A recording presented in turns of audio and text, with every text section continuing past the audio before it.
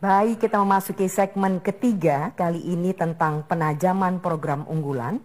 Pertanyaannya akan langsung disampaikan oleh panelis, dan panelis pertama adalah Profesor Didi.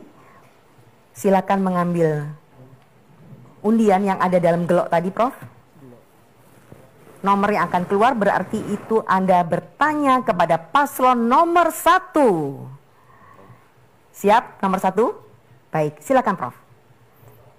Tes. Udah oke? Tes. Baik. Paslon nomor 1 tentunya sebagian termasuk incumbent gitu ya. Karena wakil bupati. Oke, melihat sumber-sumber PAD sebenarnya di Muratara itu besar sekali dan optimal. Tetapi tahun 2019 kemarin hanya 39 miliar untuk PAD-nya. Sedangkan anggarannya sudah di atas 1 triliun. Berarti ketergantungan pada pusat itu besar sekali. Nah, coba punya program apa ini? Calon bupati ke depan ini. Silakan program nyata untuk meningkatkan pendapatan asli daerah dan sumber pendapatan lainnya. Silakan.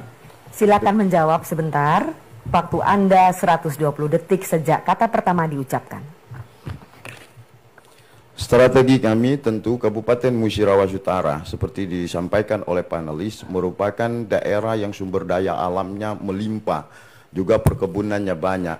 Apa yang akan kami lakukan, insya Allah setelah kami terpilih, saya sebagai orang incumbent sudah tahu dan menginventarisasi sumber-sumber PAD tersebut, terutama masalah perkebunan dan pertambangan. Pertambangan yang ada, sumber daya alam yang ada di Kabupaten Musirawas Utara maupun perkebunan saat ini tidak berdampak signifikan terhadap Kabupaten Musirawas Utara. Kenapa? Ini adanya intervensi daripada kami saat ini belum maksimum. Dan saya selama ini sebagai wakil bupati tentu membuat laporan dan memberi masukan kepada Pak Bupati.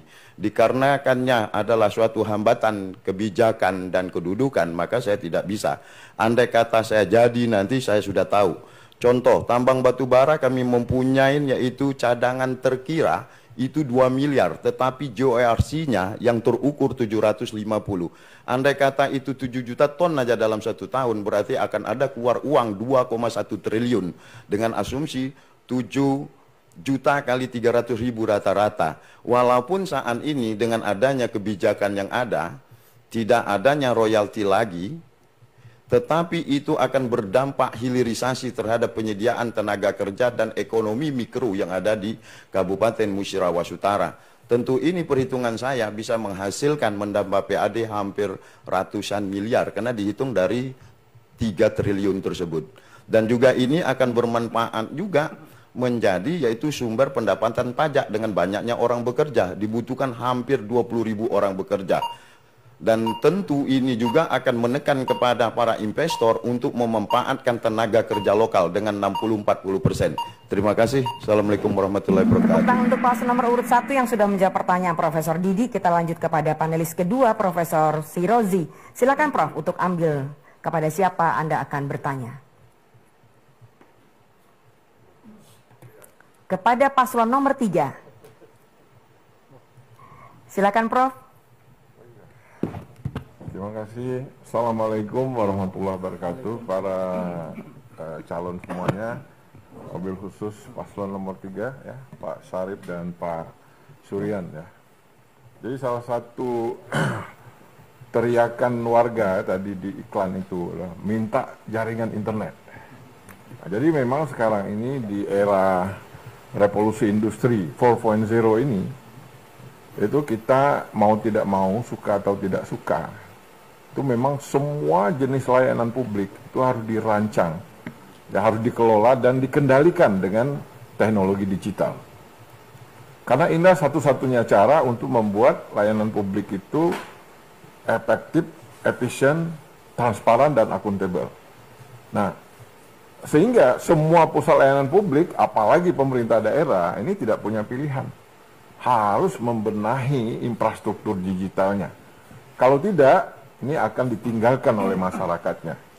Nah, sampai sekarang saya kira Muratara ini harus kita akui secara jujur ya, infrastruktur digitalnya masih sangat lemah.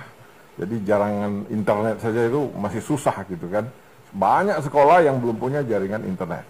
Nah karena itu pertanyaan saya, kalau Bapak nanti terpilih kembali, itu apa strategi atau program yang akan Bapak prioritaskan agar pembangunan infrastruktur digital ini bisa dipercepat pembangunannya di Muratara? Terima kasih. Baik, silakan langsung jawab. 120 detik waktunya sejak kata pertama Anda ucapkan. Terima kasih Pak Prof. Sebagian daerah di Muratara, desa dan kecamatan sudah memiliki itu. Namun demikian kami akui bahwa belum semua desa yang tiap internet. Nah kami bangga ada surat dari Menteri Desa dan Transmigrasi yang ditandai oleh Dirjen Desa Tertinggal bahwa khusus suratnya pada Bupati Muratara bahwa tahun 2001 akan diprioritaskan penguasaan internet di semua desa di Muratara. Bangga sekali kami. Kenapa? Kami akui bahwa kabupaten kami masih tertinggal. Tapi jangan katakan tertinggal itu kebodohan. Banyak prestasi yang kami terima. Pembangunan pesat sekali. Tapi tertinggal arti kata adalah karena DOB-nya, DOB daerah baru. Justru itu kita jangan sakit hati, kecewa dan kata tertinggal. Waktu itu banyak bantuan atau dana pusat yang bisa ngalir ke Muratara karena tertinggal. Waktu itu Pak Prof, sekarang tidaklah banyak tertinggal lagi masalah internet. Ada WiFi, kemudian ada kecil kami pasang, ada BTS. Kami buat surat kepada Kominfo bahwa itu telah dilaksanakan beberapa kecamatan dan desa. Namun demikian belum sempurna. Dan dengan surat dari Dirjen Desa Tinggal Kemendes, insya Allah tahun depan semua desa akan terpenuhi dengan jaringan internet. Terima kasih Pak Prof. Mau menambahkan Bapak Wakil? Cukup? Baik. Kita beri tepuk tangan untuk ketiga paslon ini karena berakhir sudah segmen 3. Dan sebelum kita memasuki segmen berikut, maka kita akan menyaksikan pesan berikut ini. Alhamdulillah.